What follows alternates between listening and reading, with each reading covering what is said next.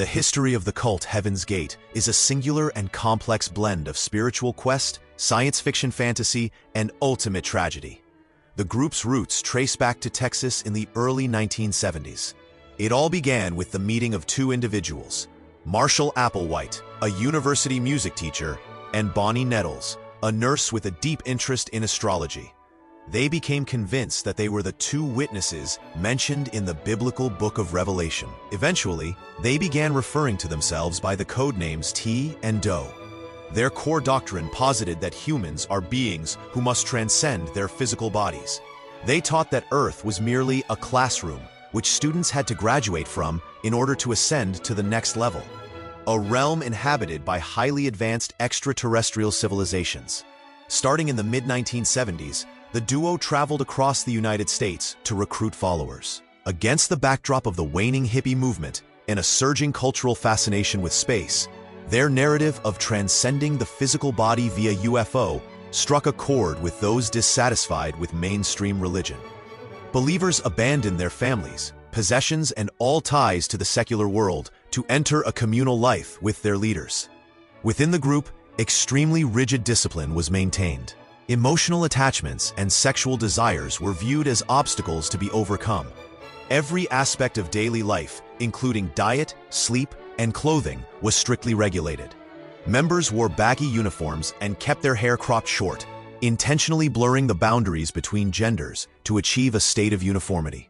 The death of co-leader Bonnie Nettles from cancer in 1985 marked a significant turning point for the group. Her passing was interpreted not as a loss, but as her shedding her physical vehicle to ascend to the next level ahead of the others.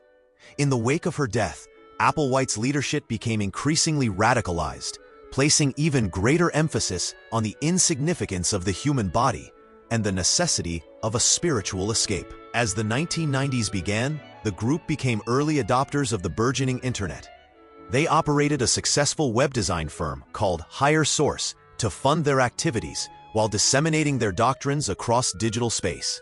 To the outside world, they appeared to be an intelligent, tech-savvy, and orderly group, an image that would later stun the public as it seemed so detached from the typical tropes of madness. The fate of the group was sealed in 1997 with the arrival of the Hale-Bopp comet.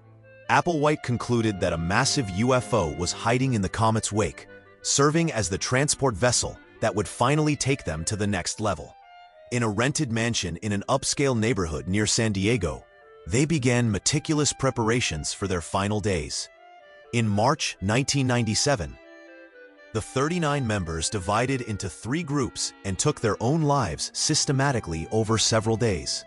When authorities discovered the scene, they found the deceased dressed in identical black uniforms and Nike sneakers, each wearing an armband that read, "Heaven's Gate Away Team."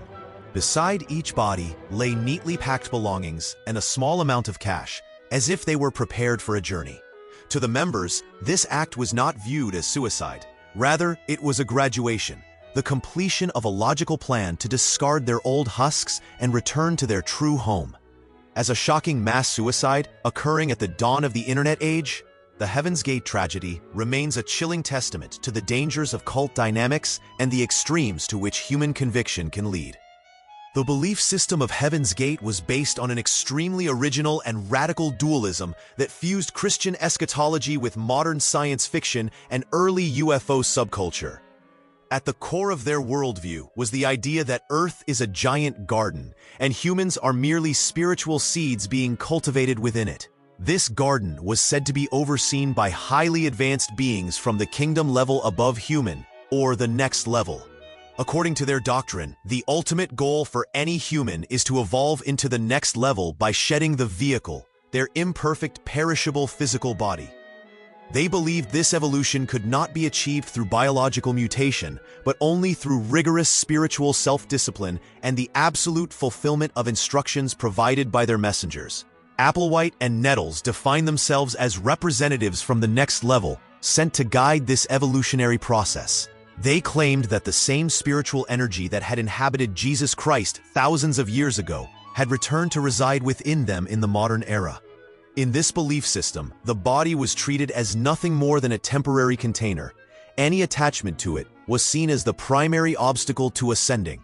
Consequently, followers were required to completely eliminate their humanness, including individuality, desires, familial ties, and sexual impulses. Their practice of wearing sterile, identical uniforms and maintaining an androgynous appearance, even to the point where some male members underwent voluntary castration, was, in their eyes, the logical conclusion of their quest.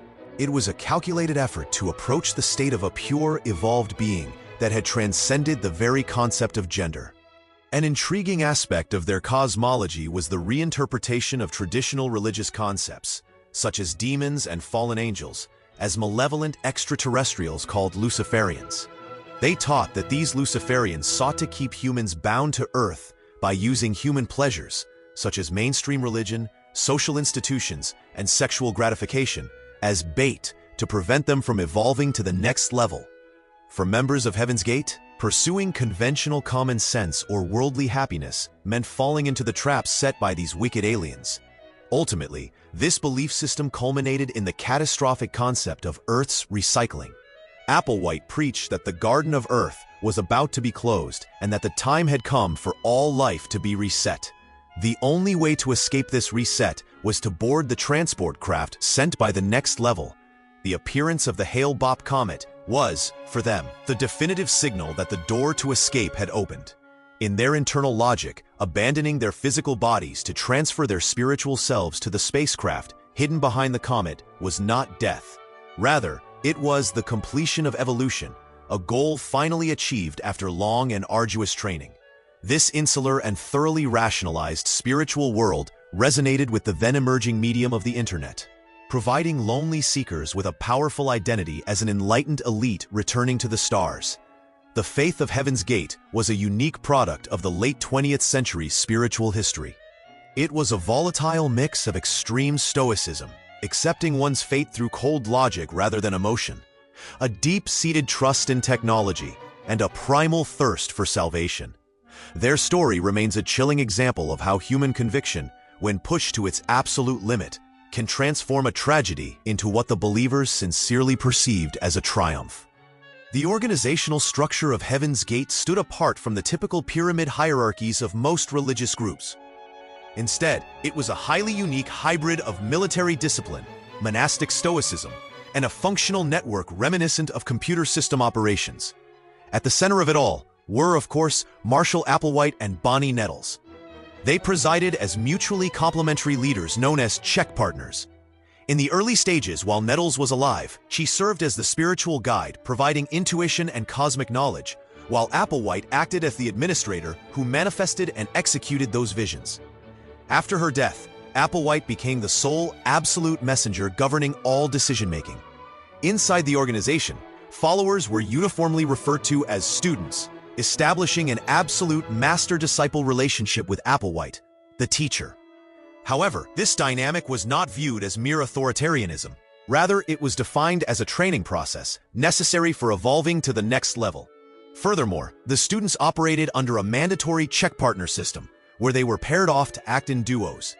This mechanism ensured that members were constantly monitoring one another.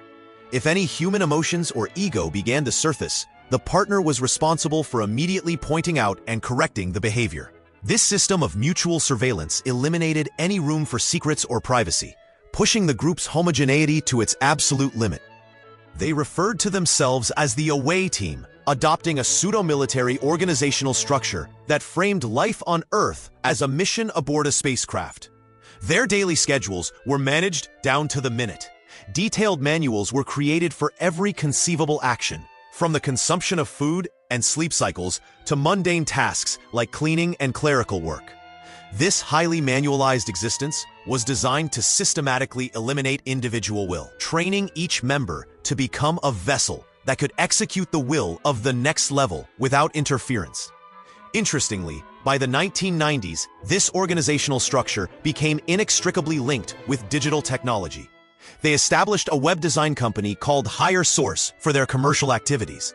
But the corporate entity was merely the flip side of their religious organization. To the members, programming and web design were forms of spiritual refinement.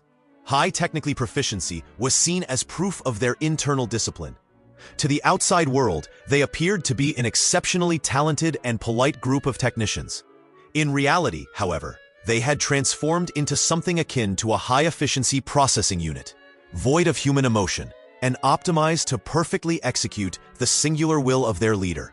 In this sense, the organizational structure of Heaven's Gate was a management system purified to a degree rarely seen in the history of cults. It aimed to strip away every shred of individual subjectivity so that the collective could function as a single organism, or more accurately, as a single operating system.